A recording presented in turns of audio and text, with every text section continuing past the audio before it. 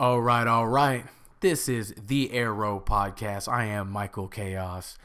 Let's jump right into this 2024 Kansas City Chief draft picks. Red and gold. Red and gold.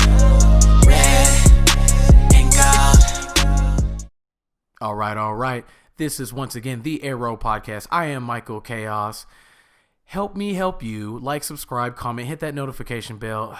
I'm tired of saying that. Anyways, let's go ahead and jump right into these draft picks, fellas. By the way, Travis Kielce's contract was restructured just now, making him the highest paid tight end. Let's freaking go. That's right.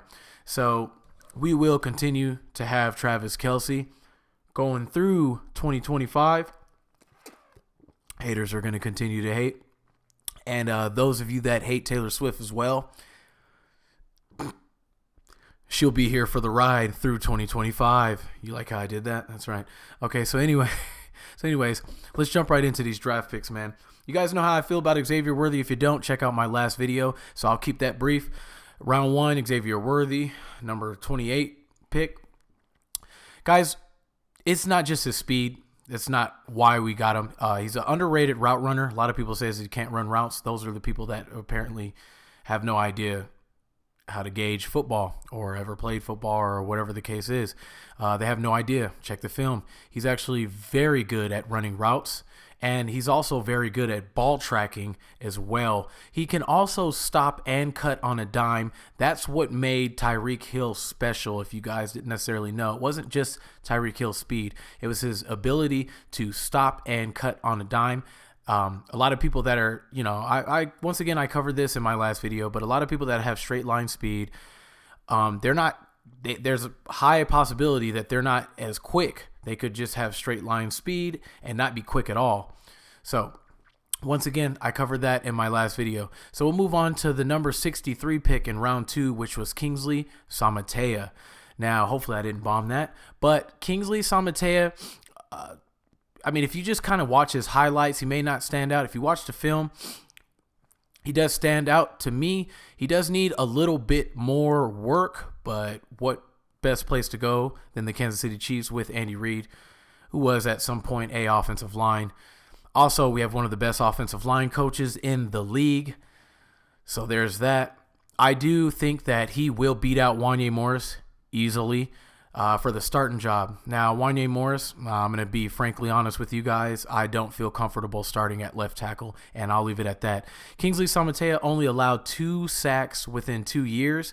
2022, he gave up 0 sacks. So I'm cool with that. All right with that. Moving on to round 4, 131, Jared Wiley. Guys, Jared Wiley's a beast. See, this is a cool thing about watching college. I just got into college. Ironically, I did watch him about 2 years ago in a bowl game, which was funny because I'd never watched college. I'm going to be honest with you guys. But I did happen to catch the TCU bowl game. I believe it was like the first bowl game they won in a decade, something like that. But anyways, Jared Wiley's a monster. He's huge, listed at 6'7". I think he's actually 6'6".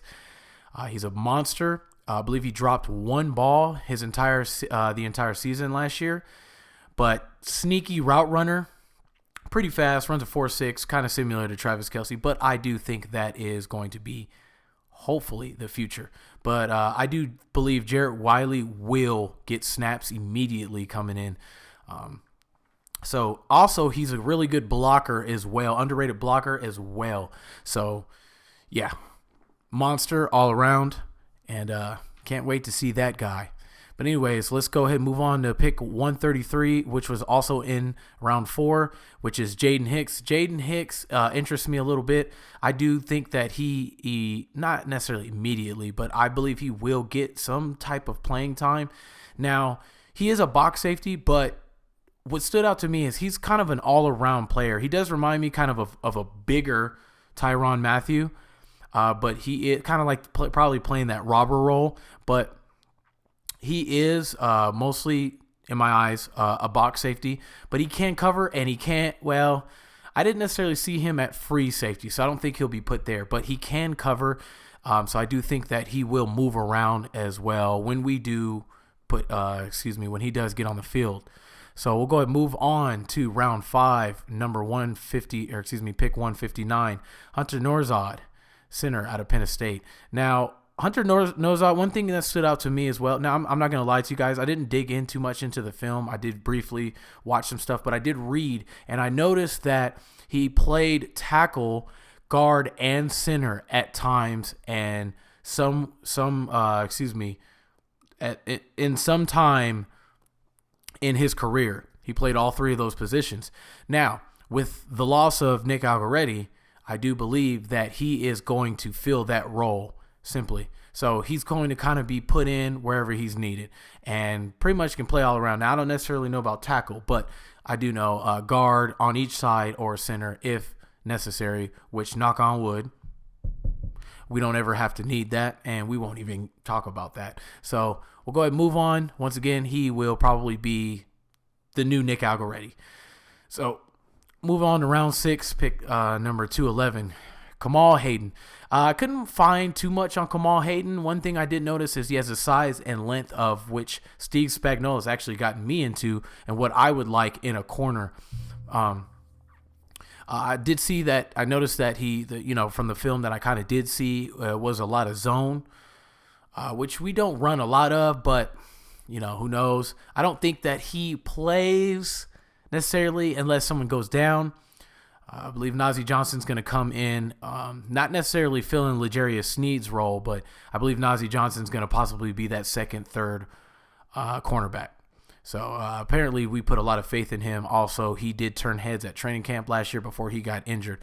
So I do believe, that's just mainly a kind of a depth piece. And same thing, moving on to round 7, pick number 248, CJ Hansen. I do also believe that was a depth move, considering we lost a few guards and we're going to need younger guys. A lot of our guys had been there for a while that we had at guard or swing or whatever you want to talk, whatever you want to say. Sorry, I can't even talk right now. So, guys, overall, I'm gonna give us an A. You know what I'm saying? A plus, because I'm biased. No, it's fine. No, I give us an A. I like all the picks. I do believe 3 out of 4 picks will immediately make a impact. Now, I can't tell you exactly what 3 picks, but I can assure you that Xavier Worthy and Kingsley Suamataia will most likely be 2 out of those 3 or 4. So that make an impact out of this draft. I do think this draft was a little important, and we shall see moving forth. But I am happy with the picks, and the first time ever that we got somebody that I really wanted to get, and that's exactly why I don't necessarily get all into the mock drafts and you know what I'm saying, because 9 times out of 10, whoever you mock is not going to be picked. But if I was going to mock first round, it would have been Xavier Worthy, and I did in previous videos kind of now, even though, in previous videos, I did say that we would pick Xavier Worthy round 1. Now, I didn't think we'd move up to 28 because I didn't think we had to. I thought we'd get him at 32. But, man, first time, man, that I really like someone and we freaking got him. Let's go, bruh. So, once again, guys, to all you haters and to the Chiefs Kingdom, we will be and continue to be mounting heads on pikes as we three-peat. So let's rock and roll, fellers. And that's all I got for you today. Like, subscribe, comment, hit that notification bell. This is the Arrow Podcast, and we welcome all haters as well. That rhymed. I'm outros. We're running out of time.